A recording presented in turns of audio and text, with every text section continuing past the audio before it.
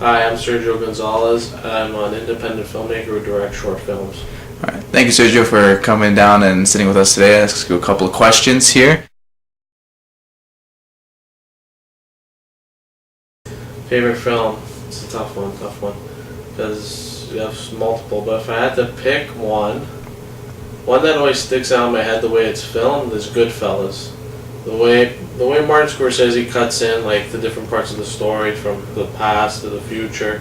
How he adds in musical scenes to make scenes more. It feels different when you add music. Like he added Layla on some scenes by Eric Clapton and the Dominoes.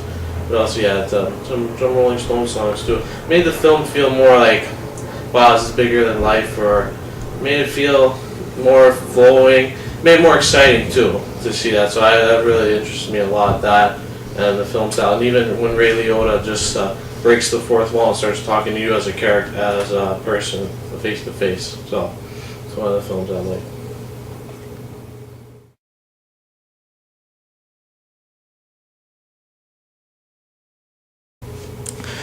So, Sergio, which filmmakers do you look towards for inspiration?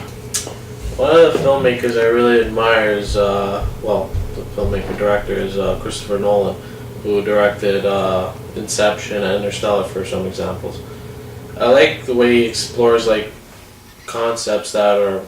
It's not like those. It's like not a movie you see every day, like a love comedy or a chick flick or like a crime movie. It's like Inception, going into dreams, like see how that plays out. You have to imagine like how does a dream work, like going into people's different dreams. It's amazing what he could come up with to direct. And then even Interstellar, which I just saw, which is very cool how they created the concepts, like how to understand like wormholes and then black holes, like even just the not directing, like even the filming itself, to use CGI to make things that we don't even understand fully, like a black hole, we get the event horizon in it and even the singularity between it. So yeah, he's really interesting to me. That director always makes you think after his films, which is a really cool thing a filmmaker to do. If he makes you care about something after the film, it's really good. Always keeps me thinking.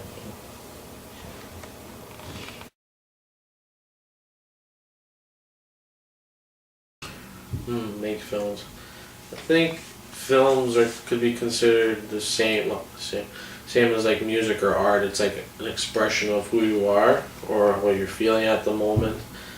It's another art form. It's just saying, like, you could really tell about a person like just by watching their films, like how they feel or like what they're thinking about, or just what it's like another way to communicate. So like, I just like making films. I like making people think about things, like things they never thought of before, or other emotions, or like it's hard to put into words, right? It's something I like to do, right? It makes me feel like it's a passion. When you're passionate about something, you'll do anything for it, right? So that's why I like to make films.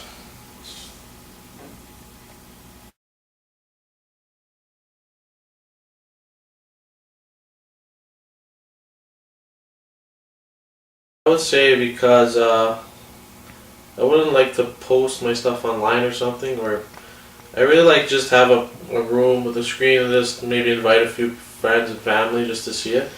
Because to me, I don't know, social media is like, things could be taken out of context or misconstrued or just changed. But for the most part, I just like wanted just people to watch it and give me feedback after of how it was, if it interest them, if they ask questions about it. And also, I believe word of mouth is way better than just social media, because people could just say things that are untrue or false or make things up, right? So I think word of mouth is way better when it comes to like saying, "Oh, this film's good," and it's free promotion too.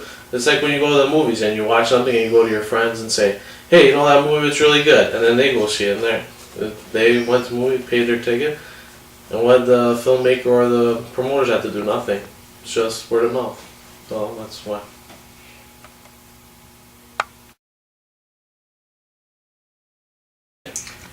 Genre of film.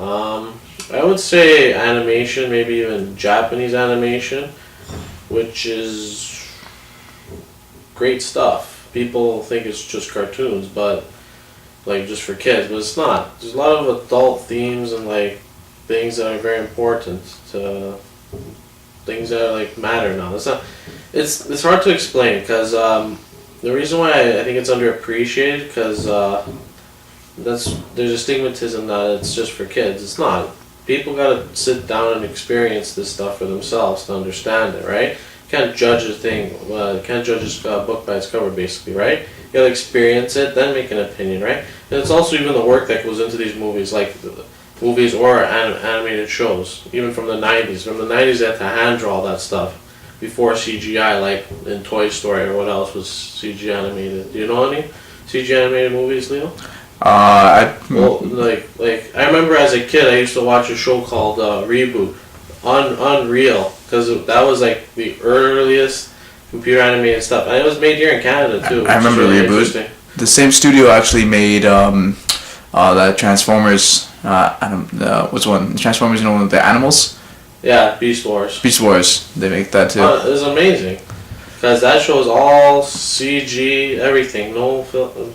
Unbelievable. That's why I think it was that genre is always underappreciated. Well, Sergio, I believe we got a lot covered today of who you are as a person, who you are as a filmmaker, and all your personal influences and what you truly believe. Truly appreciate you coming out today and actually helping me do this interview. Thank you for coming. Yeah, no problem, Neil. It's nice to help students out who are trying to break into the film industry, which is not a really easy industry to break into. So whatever I can do to help out is a bonus for me. All right. So thanks. Thank you very much. All right.